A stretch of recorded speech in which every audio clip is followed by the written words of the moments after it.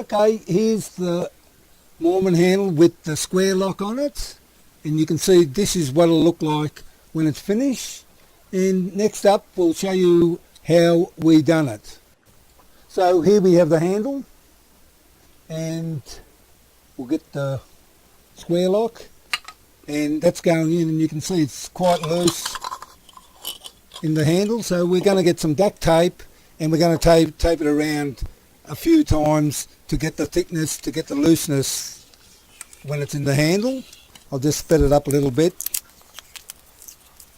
so you can see that I think we just about got enough on here.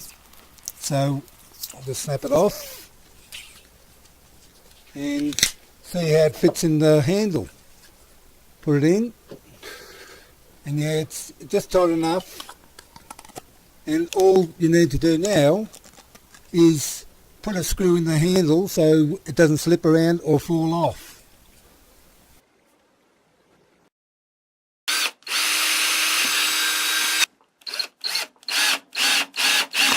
So once you've got the square lock on, now you can use this to put the square lock on. You can buy these and just put it on your angle adapter, or you can get an ordinary angle adapter arm like this with a Euro thread and screw this on, and you're right to go also.